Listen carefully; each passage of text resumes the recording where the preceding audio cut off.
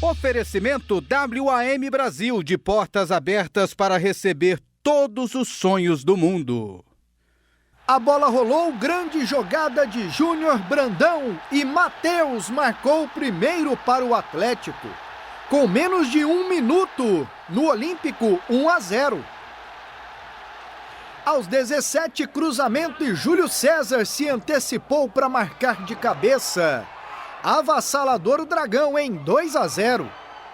E 2 minutos depois, jogada pelo meio e Júnior Brandão bateu rasteiro.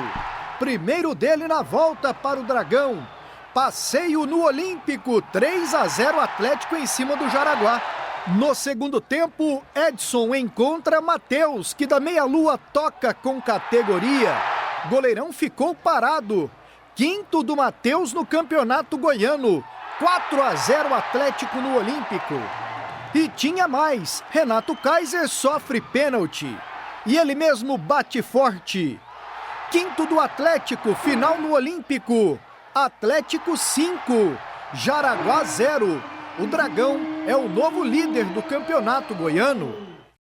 Daqui a pouco tem entrevistas. E Evandro, Júnior Brandão e Atlético, um caso de amor, né, Evandro?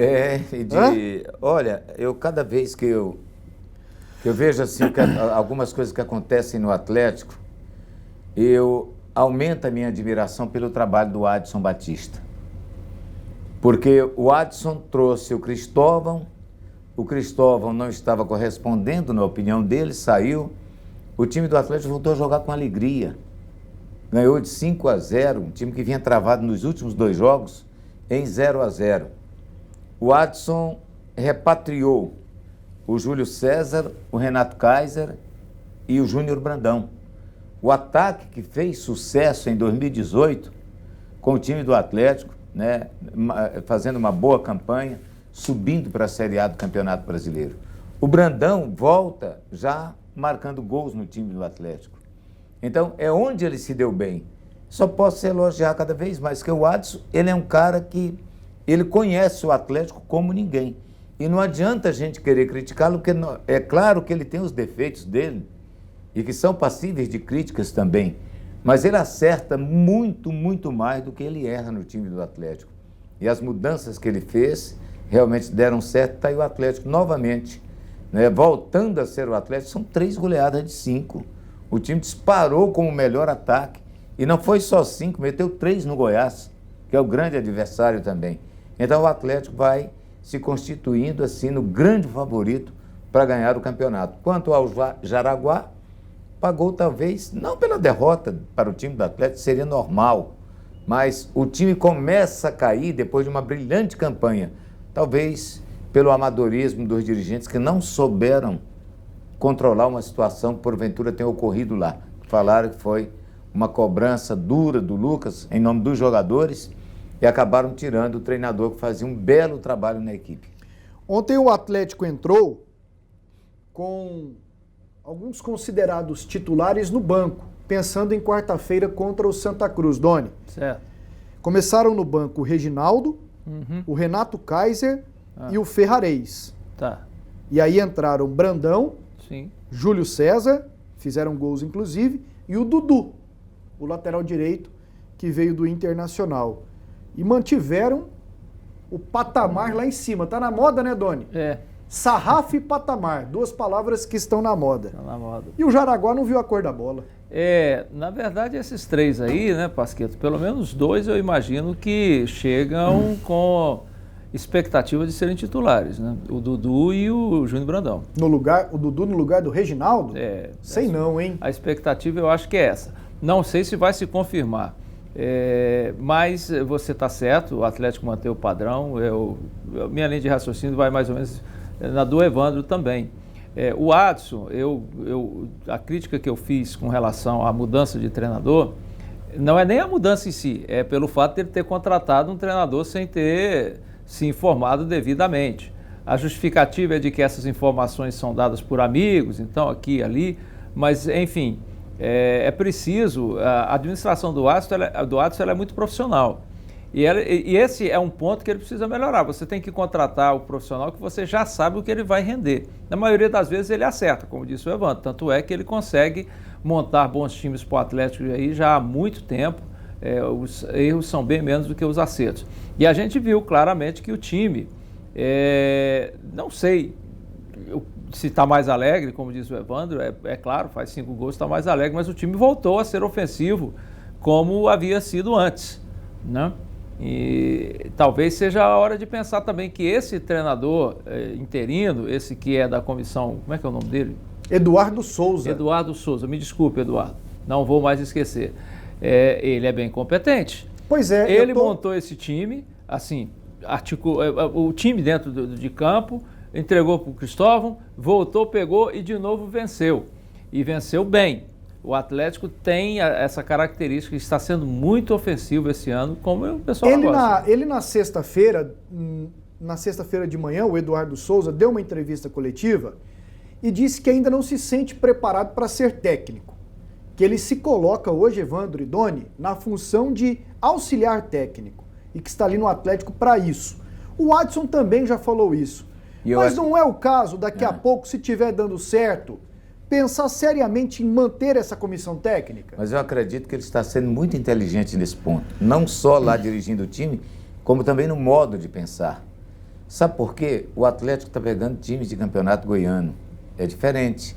Você botar um Atlético para cima de um Jaraguá, de um Anápolis, de um Goianésia, sei lá de quem, do que colocar o Atlético para cima de um Flamengo, de um Corinthians. Penso que quarta-feira já vai ser um nível diferente o Santa Cruz. Vai ser uma coisa um pouco diferente.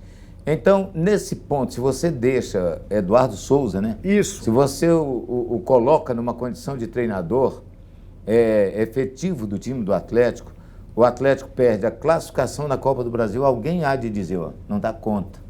E ele vai, eu acho assim, ele está sendo inteligente no ponto que ele quer continuar na comissão fixa do Atlético, porque ele só vai ter a aprender. No momento para outro ele vai pegar e ele já vai estar muito melhor preparado dentro de um campeonato brasileiro. E eu acho que é por aí que todos estão pensando assim lá no Atlético.